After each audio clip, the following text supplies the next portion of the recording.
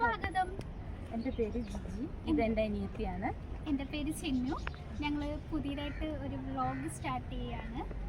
വ്ളോഗിൻ്റെ പേര് paradise vlog എന്നാണ്.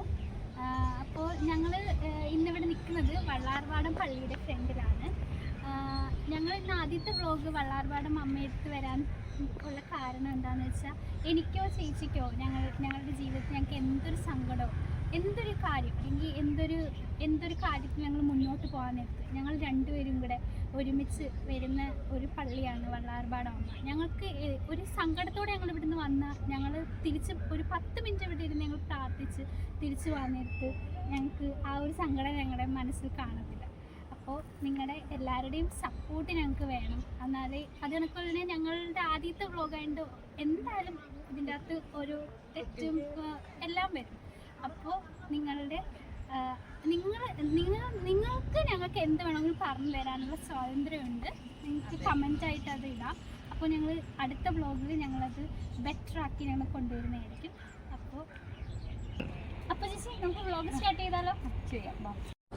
ലോകത്തിലെ മറ്റ് ക്രിസ്ത്യൻ ദേവാലയത്തിൽ നിന്ന് വളരെ വ്യത്യസ്തമായ ആചാരങ്ങൾ നിലനിൽക്കുന്ന ദേവാലയങ്ങളിൽ ഒന്നാണ് Vallarpadam national shrine of basilica. Kochi നഗരത്തിലെ ഗോശ്രീ പാലത്തിന് സമീപത്ത് നിൽക്കുന്ന പള്ളി ചൂല് നേർച്ചയ്ക്ക് വളരെ പ്രശസ്തമാണ്.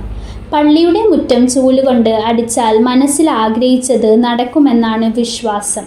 ഇതുകൂടാതെ നിരവധി ആചാരങ്ങളും വിശ്വാസങ്ങളും ഈ പള്ളിയുമായി ബന്ധപ്പെട്ട് നിലനിൽക്കുന്നുണ്ട്. കൊച്ചിയിലെ തുരുത്തുകളിൽ ഒന്നായ വള്ളാർപാടം തുരുത്തിലെ പ്രധാന ആകർഷങ്ങളിൽ ഒന്നാണ് വള്ളാർപാടം പള്ളി. പരിശുദ്ധ കന്യാമറിയത്തിൻ്റെ നാമത്തിലാണ് ഈ പള്ളി സമർപ്പിച്ചിട്ടുള്ളത്. വിമോചകനാഥയായിട്ടാണ് ഇവിടെ കന്യാമാതാവിനെ വണങ്ങുന്നത്. കടലിൽ പോകുന്ന മത്സ്യബന്ധന തൊഴിലാളികളെ മാതാവ് സംരക്ഷിക്കുന്നു എന്നൊരു വിശ്വാസമുണ്ട്. അതുകൊണ്ട് തന്നെ പുതിയ ബോട്ടുകളും മത്സ്യബന്ധന ഉപകരണങ്ങളും മേടിച്ചാൽ ഇവിടെ കൊണ്ടുവന്ന് ആശീർവദിച്ചതിന് ശേഷം മാത്രമാണ് അവർ കടലിൽ ഇറക്കുന്നത്.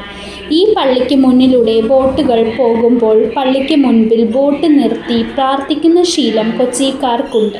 1524 പോർച്ചുഗീസുകാർ നിർമ്മിച്ച പള്ളി 1676 വെള്ളപ്പൊക്കത്തിൽ ദേവാലയം നശിക്കുകയും മലവെള്ളത്തിൽ മാതാവിൻ്റെ ചിത്രം ഒഴുകിപ്പോവുകയും കായലിൽ നിന്ന് വിമോചകനാഥയുടെ ചിത്രം വീണ്ടെടുക്കുകയും പള്ളി നിർമ്മിക്കാൻ ഭൂമി നൽകുകയും ചെയ്തത് അന്നത്തെ ദിവാനായ പാലിയത്ത് രാമൻ വല്യച്ഛനായിരുന്നു.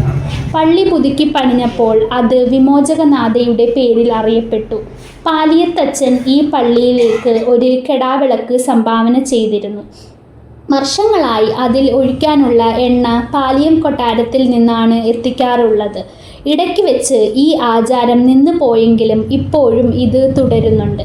1888 സെപ്റ്റംബർ 23 ലിയോ 13 മാർപ്പാപ്പ നൽകിയ പദ്ധതി അനുസരിച്ച് ഇവിടെ വന്ന് ദിവ്യബലി കൂടുന്നവർക്ക് പൂർണ്ണദണ്ഡ വിമോചനം ലഭിക്കും എന്നാണ് വിശ്വാസം.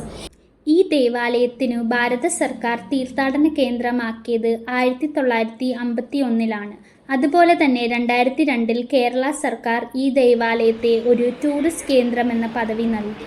ഡിസംബർ 1 ജോൺ പോൾ 2 മാർപ്പാപ്പ ഈ ദേവാലയത്തെ ബസിലിക്കയായി ഉയർത്തിയത്.